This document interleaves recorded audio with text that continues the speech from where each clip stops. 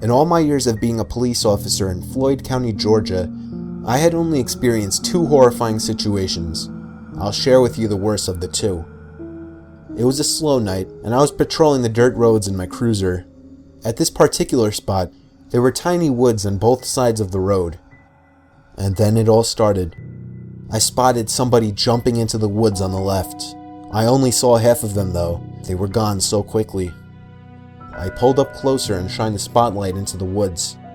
I didn't see them. Unfortunately, it was kind of my job to check on things like this, so I hesitantly stepped out from the car and began searching. In a moment like this, I was so ready to pull my gun, as I was actually terrified.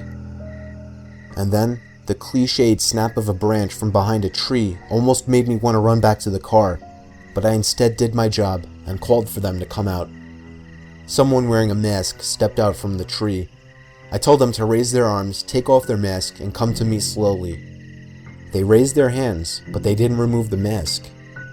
I tried to demonstrate my authority by yelling this time, ordering them to take it off. They looked as if they were about to take it off, when suddenly, he or she looked to their left, and then back at me. I heard footsteps coming from my right. I drew my gun. I yelled as loud as I could for everybody to come out with their hands up. You may be thinking, why? Well, if you were in this position, in this setting, you would have been shitting yourself just like I was. Another person wearing a mask walked over. This one holding an axe. I had my gun locked on him. But suddenly, footsteps started coming from all directions. I looked around, and I was surrounded.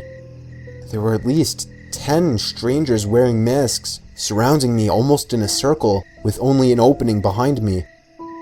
Half of them were armed with axes and the like. I stood there, gun raised, but not even aimed at anything at this point. I felt like I was going to throw up. One of them, I'm not sure which, finally broke the silence, telling me in a muffled, deep voice, "Go away." My heart dropped as he said this, in a way that I knew I was going to live. I turned and ran for the car, driving down the road half a mile, all while calling for backup. As you would guess, the whole group was gone from the woods when a search squad arrived. I have a theory on this, however. I believe that what I witnessed was some kind of fucked up secret society that was planning on trapping an innocent passerby, and I think that whoever jumped into the woods as I was passing recognized my car as a police car and tried to hide. Had I not been a police officer, I believe they would have stopped me, led me to the woods, and done whatever this group does for its sick kicks.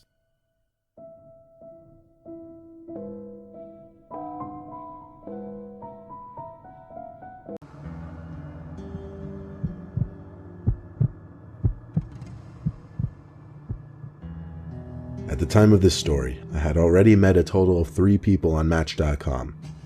It didn't really work out with 2 of them, and the third one I dated for 4 months. After my breakup, I wanted to take a break from commitment and just find something more casual. And so I matched with a girl named Kylie, who I got along with decently well on the app. She seemed down to just come over to my apartment and hang out for the night. She showed up about half an hour later and seemed really quiet in person. We hung out in my room in the upstairs of my apartment for most of the night. We just talked for a while watching TV in the background. There were a bunch of awkward silences, but I did my best to fill them with new conversations. In the back of my mind the whole time I was thinking, are we gonna kiss? Does she expect me to move in for the kiss? How do I go about it? But hours of talking later, I started to realize there was something wrong with this girl. She became increasingly more emotionless. She was staring off across the room as she'd talk slowly, talking about increasingly deep and dark things. Then she said something surprising. She thanked me for allowing her to sleep over. Apparently, when I said she could come hang out for the night, she meant to literally stay the night. She got off the bed and asked what blankets she could use for the floor. I grabbed a couple blankets and pillows and made a sort of bed for her on the floor. She thanked me and then laid down on her side facing away from me. I guessed she was ready to go to sleep. I turned off the TV and closed my eyes. We didn't say a single word to each other, and I have to admit it was very awkward. I fell asleep probably half an hour after shutting the TV, but I awoke randomly in the middle of the night. I sat up and looked down at the floor and was able to see that Kylie didn't appear to be laying on the floor anymore. I flipped on the lamp and looked around the room. She wasn't anywhere actually, but just then I heard a voice downstairs. It sounded like it could be Kylie.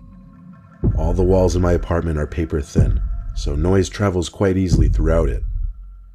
I quietly left my room and stood at the foot of the top of the stairs, listening for what Kylie could be saying. All the lights upstairs were off, but she was talking in a low voice. I just couldn't tell for sure what exactly she was saying. I figured she was on the phone with someone, but still, I went downstairs to check. I stepped into the dark kitchen, and there she was. But she wasn't on the phone. She was just creepily sitting in one of the chairs facing the wall. She seemed to still be muttering to herself. I was frozen. All I could say was, "Kylie?" She turned her head to me slowly, looked at me for a few seconds, then turned back to face the wall. I went upstairs quickly to my room and crawled into my bed to call my dad. I had to call at least 3 times before he finally picked up, obviously sounding concerned. I told him in a quiet panic that some random girl from online was staying the night, and now she was sitting in my kitchen muttering to herself like a crazy person. He sounded confused as hell, but told me to call 911 if she seemed like she was having some kind of episode to safely get her out of there. Then I looked up and noticed a figure standing by my bedroom door in the dark. It was Kylie. All I saw was the outline of her skinny body. She stood there for maybe 10 seconds. All I heard was my dad on the other end of the phone saying hello over and over. The next thing I saw was the silhouette of Kylie at my door suddenly charge at me in my bed as she began to scream. She lunged at me and put her hands around my throat, trying to choke me. However, I was able to quickly overpower her and hold her down against the bed. I screamed at my dad to call the cops. I was able to drag the insane girl downstairs by the time the cops came. The cops took her away to fill out a few documents. I think it's safe to say that you should always meet people from websites and apps in a safe, public place first.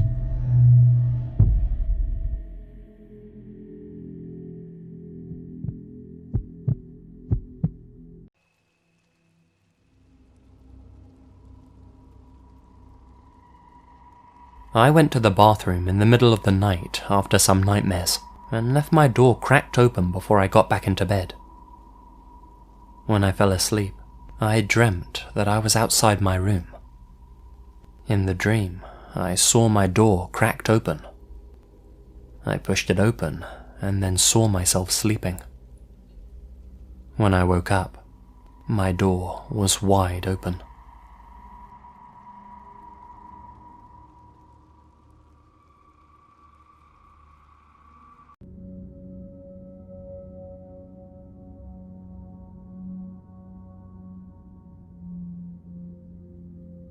When I was a teenager, I was home alone one weekend and I was sleeping in my parents' room since there was a TV in there. Sometime around 2 a.m., I felt like I was being stared at from the direction of the hallway. I looked up and I saw a shadow person looking at me. It was weird because it was a pure man-shaped black mass and I could see him in the dark hallway. I'm guessing the light from the TV helped. I sat up and stared back, but I was terrified. We looked at each other for probably 5 seconds and then it turned around and walked down the hall. A few seconds later, I heard a loud crash. I was so scared I turned the TV to the Disney Channel and stayed awake for as long as possible. When I woke up the next morning, I walked down the hall to the bathroom, and that's when I noticed a mirror that was hanging had fallen off the wall and was shattered. My family still doesn't believe me, but I know what happened.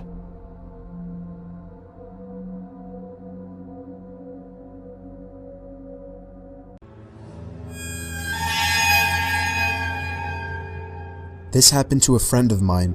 She told me about it about a year or so ago. We'll call her Minji. Minji is in her late 20s and works as an English tutor in South Korea. One evening, a few years ago, she was tutoring a high school boy. They were up studying pretty late and the buses stopped running. Being a long way from his house, the boy asked if he could crash on her floor overnight and get the first bus in the morning. Minji was very reluctant because inviting a teenage male student to stay the night didn't sound like a great idea, but he was begging her and eventually she relented. They went back into her one-room apartment and she got into the bed while he laid a blanket out on the floor, and they both fell asleep. A few hours later, at maybe 2 a.m., the boy wakes Minji up. "I'm really hungry," he says. "Let's go get some food." Minji opens her eyes and looks up at him in disbelief. "Food? Now?" "It's 2 a.m. Go back to bed." But the student insists. "No, I'm so hungry. Let's eat something now." She tells him that there's some ramen in the kitchen and he could fix himself some. This doesn't satisfy him. He doesn't want ramen. "There's a 24-hour place just down the road. Let's go there." Eventually, after several minutes of persuasion, the boy gets Minji to come with him to the restaurant. They leave the apartment and head out. As soon as they're on the street, the boy turns to Minji and says, "I'm not hungry. I woke up in the middle of the night and looked under your bed. There's a man sleeping there." They call the police and discover that a homeless man had been living in Minji's apartment, sleeping under the bed for 2 months. The boy only saw him because he was lying on the floor, so he had a clear view under the bed.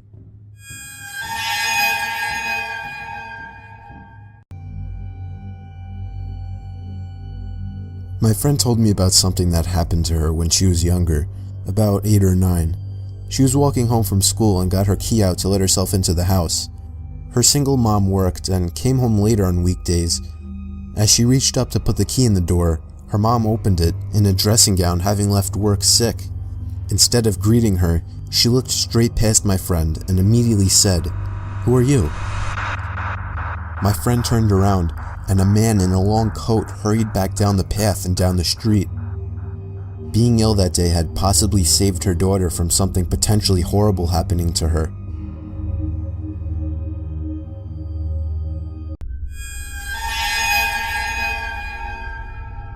One day while doing my laundry, one of the lights blew out in my basement.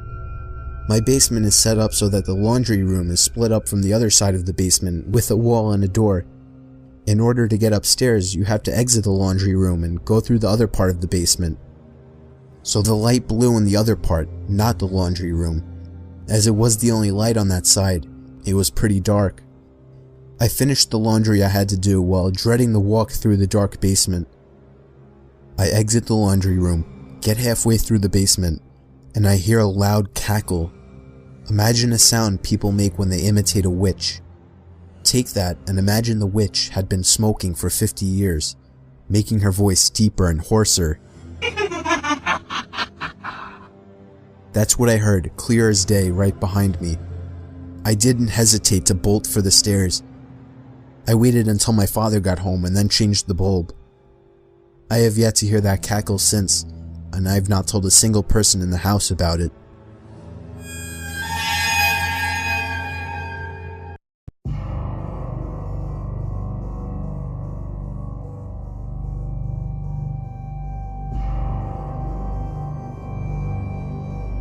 This happened to my dad when he was a little kid. I think it messed him up a bit emotionally, but he never admitted it. This story freaks me out just imagining it. So I'm pretty sure my dad was 10 years old, and he was home alone for whatever reason.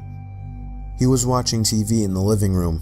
It was the only TV in the house, and all of a sudden, the TV just shut off. So he got up and turned it back on. It was an old shitty TV, so it wasn't weird at all. When he got back on his couch, it happened again. He got up once again and turned the TV back on, and again it turned off. He repeated this process a couple more times before he started to look for the remote. While looking for the remote, he walked over to check behind one of the couches and saw a man hiding in the corner, holding the TV remote. My dad described the man as having long, messy hair and a crazed look in his eyes. He gave my dad a smile, and my dad ran out the front door screaming like a little girl. He went to his neighbors, who called the police. The man was still in the house when the police got there, so he was arrested. My dad told me that he still assumes the man was either homeless or crazy. Either way, this story is downright terrifying.